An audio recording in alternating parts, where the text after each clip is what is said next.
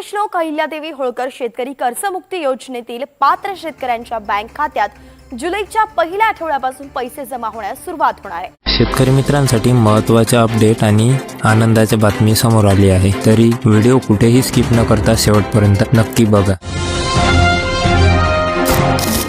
सोलापूर जिल्ह्यात सर्व प्रक्रिया पूर्ण करूनही तब्बल 13,526 शेतकरी पीएम किसान योजनेच्या 23व्या हप्त्याच्या प्रतीक्षेत आहेत, तर दुसरीकडे ई-केवायसी प्रलंबित असल्यामुळे जिल्ह्यातील सुमारे 5,000 शेतकऱ्यांचे हप्ते रखडल्याची दाट शक्यता निर्माण झाली आहे।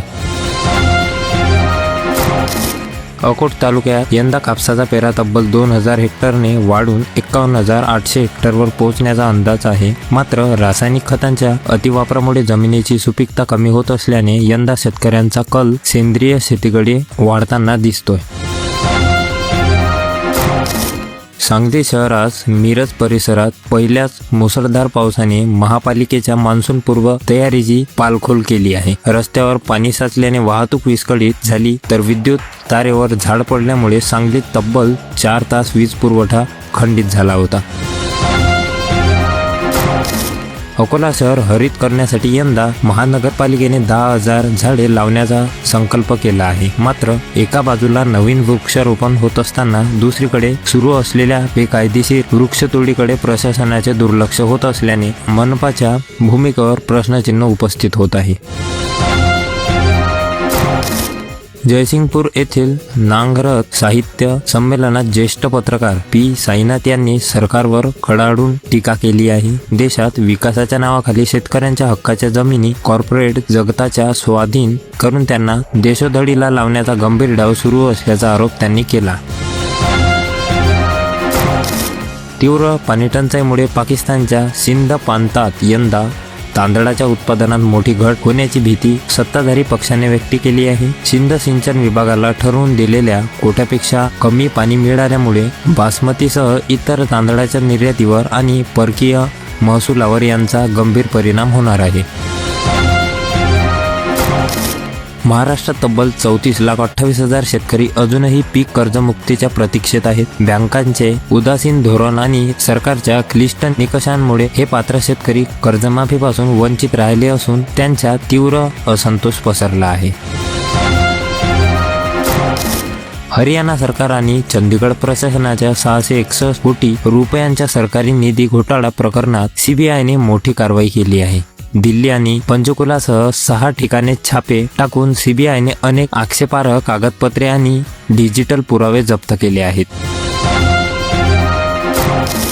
मुंबईत धरणामधील पाणीसाठा केवळ 13% आल्याने आधीच 10% कपात लागू आहे। त्यातच आता केंद्रीय भूजल प्राधिकरणाच्या नियमाविरोधात वॉटर टँकर असोसिएशनने बेमुदत संप पुकारल्यामुळे हॉटेल्स, प्रकल्प आणि सोसायट्यांचे हाल होणार आहेत।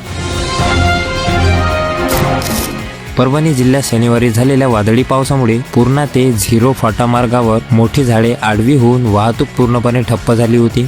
या वादळामुळे मानवत आणि एरंडेश्वर भागात केळीच्या बागांचे आणि विद्युत खांबाचे अतोनात नुकसान झाले आहे। रासायनिक खतांचे दुष्परिणाम समोर येत असताना सातारा जिल्ह्यात तब्बल 24,000 एकरापेक्षा जास्त क्षेत्रावर सेंद्रिय शेती केली जात आहे। डॉक्टर पंजाबराव देशमुख जैविक शेती मिशन अंतर्गत शेतकऱ्यांना खत निर्मितीसाठी थेट आर्थिक प्रोत्साहन अनुदानही दिले जात आहे। वांग मराठवाडी धरणग्रस्तांना पुनर्वसन ठिकाणी भूखंड मिळाले तरीही त्यांना स्वतंत्र ग्रामपंचायत आणि मूलभूत नागरी सुविधा मिळालेल्या नाहीत। शासनाने निधी बंद केल्यामुळे आणि प्रशासनाच्या दुर्लक्षामुळे 3 पुनर्वसन गावठाणांमधील शेकडो लोक आजही हक्कांसाठी लढत आहेत। खरीप हंगामात अल निनोच्या संकटामुळे हवामानात अनिश्चितता राहण्याची शक्यता आहे। म्हणूनच शेतकऱ्यांनी पेरणीची घाई न करता पिकांच्या संरक्षणासाठी आणि चांगल्या उत्पादनासाठी BBF ब्रॉड बेड फरो तंत्रज्ञानाचा अवलंब करावा, असे आवाहन जळगावचे जिल्हाधिकारी रोहन घुगे यांनी केले आहे। मान्सून जरी दाखल झाला असला तरी 15 जूनपर्यंत राज्यात पावसाचा जोर कमीच राहणार आहे। हवामान कोरडे असताना पेरणी केल्यास दुबार पेरणीचे संकट ओढवून शेतकऱ्यांचे मोठे नुकसान होऊ शकते। त्यामुळे सध्या पेरणीची घाई करू नये, असे आवाहन शासनाने केले आहे। जळगाव जिल्ह्यात 1 जून रोजी झालेल्या वादळी पावसामुळे तब्बल 2450 हेक्टरवरील केळीच्या बागांचे अतोनात नुकसान झाले आहे. रावेर आणि मुक्ताईनगर तालुक्याला याचा सर्वाधिक फटका बसला असून यामुळे बाजारात केळी महागण्याची दाट शक्यता आहे. घरगुती LPG गॅस सिलेंडरच्या दरात पुन्हा 29 रुपयांची वाढ झाली असून गेल्या 3 महिन्यात सिलेंडर तब्बल 89 रुपयांनी महागले आहे. या दरवाढीमुळे सर्वसामान्यांचे बजेट कोलमडले असताना इतर देशांच्या तुलनेत भारतात अजूनही दर कमी असल्याचा दावा केंद्र सरकारने केला आहे. पेट्रोलियम पदार्थाची बेकायदेशीर साठवणूक, भेसळ आणि काळाबाजार रोखण्यासाठी राज्य शासनाने कडक पाऊल उचलले आहे. जळगाव जिल्ह्यात अन्न व नागरी पुरवठा विभागासोबतच आता पोलीस प्रशासनालाही पेट्रोल पंपाची तपासणी करून थेट गुन्हे दाखल करण्याचे आदेश देण्यात आले आहेत. माधोड येथील ग्राहक सेवा केंद्रात शेतकरी मार्गदर्शन सभेचे आयोजन करण्यात आले होते. या सभेत शेतकऱ्यांना कर्जमाफी योजनेचा लाभ मिळाला आहे की नाही याची खात्री करण्यासाठी बँकेत जाऊन आपल्या खात्यांची पडताळणी करून घेण्याचे आवाहन कॅनरा बँकांच्या प्रबंधकांनी केले आहे.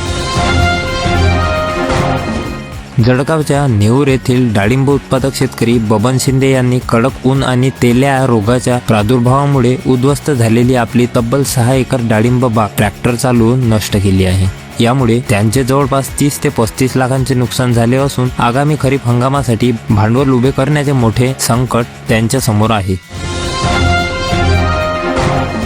नाशिक जिल्ह्यात सोमवारपासून सर्व बाजार समित्यांमध्ये नाफेड आणि NCCF मार्फत कांदा खरेदी प्रक्रिया सुरू होत आहे. खरेदी केलेल्या कांद्यांचे पैसे 72 तासाच्या आत थेट शेतकऱ्यांच्या खात्यात जमा करावेत आणि पारदर्शक खरेदीसाठी यंत्रसामग्रीद्वारे ग्रेडिंग करावे असे कडक निर्देश जिल्हा अधिकाऱ्यांनी दिले आहेत.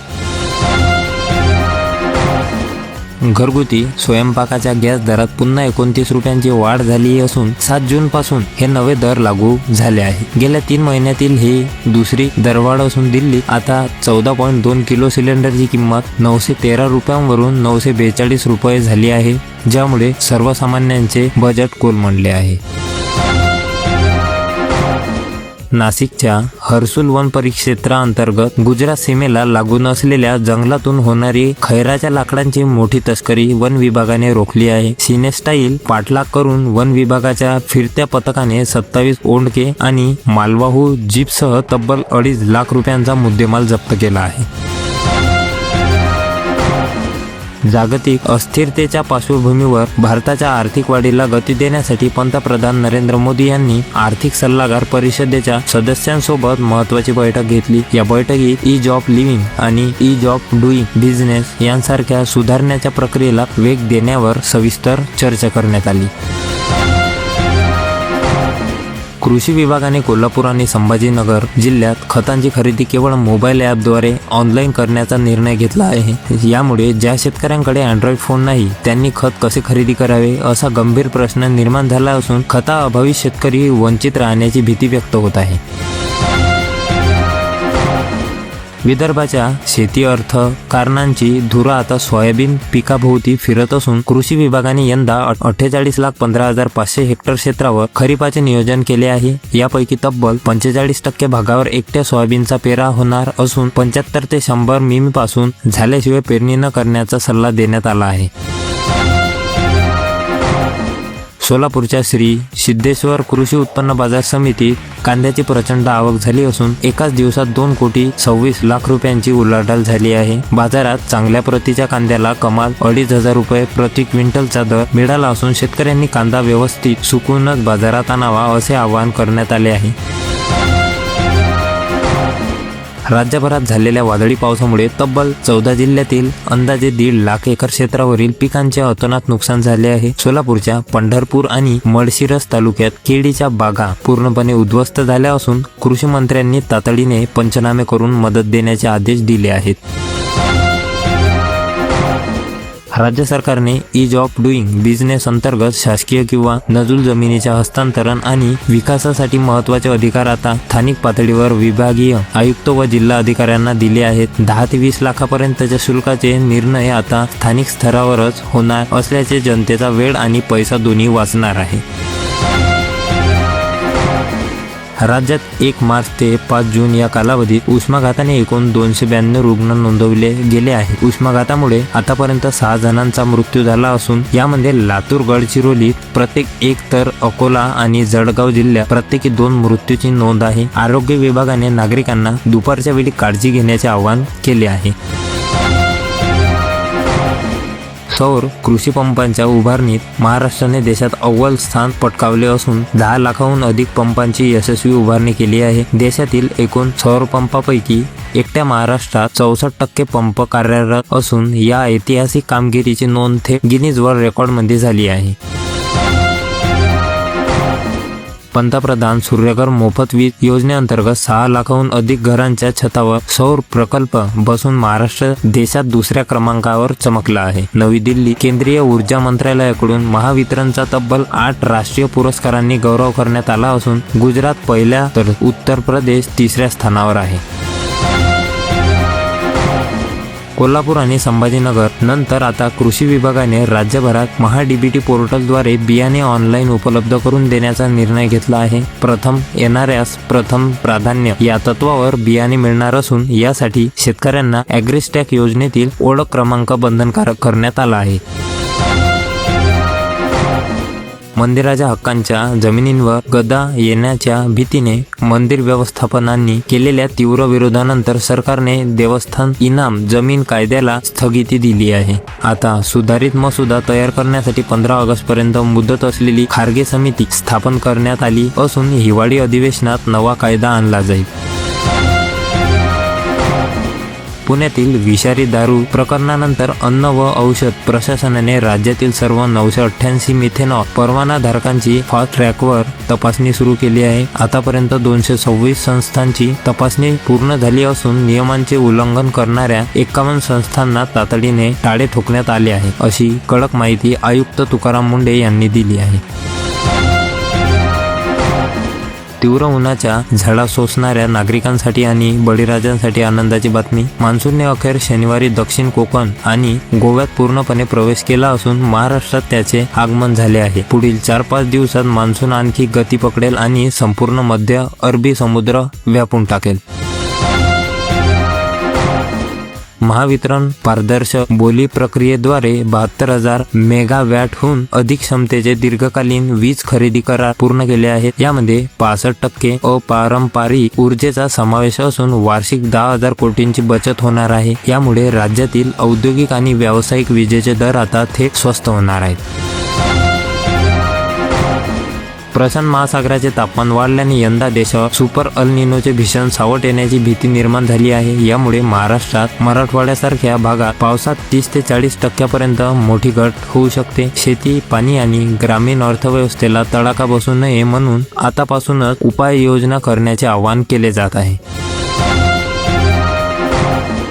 पुण्यातील मुंडवा येथील शासकीय जमिनीच्या गैरव्यवहार बंद सातबारा उतार्यावरून समोर आल्यानंतर जिल्हा प्रशासनाने राज्य सरकारकडे मोठा प्रस्ताव पाठवला आहे. 1955 मध्ये ही जमीन सरकार जमा होऊनही वतनदारांच्या नावे बेकायदेशीरपणे चालू राहिली होती. आता महसूल अधिनियमातील कलम 257 नुसार ही फेरफार दुरुस्ती करून नावे कमी केली जातील. शेतकरी मित्रांनो, आजच्या बातम्या तुम्हाला कशा वाटल्या कमेंटमध्ये नक्की सांगा. व्हिडिओ आवडला असेल व्हिडिओला लाईक करा, शेअर करा आणि अशा शेतीविषयक डेली न्यूजसाठी आपल्या योजना मित्र चॅनलला सबस्क्राईब करून बेल आयकॉन नक्की ऑन करा. भेटूया पुढच्या व्हिडिओमध्ये. तोपर्यंत धन्यवाद.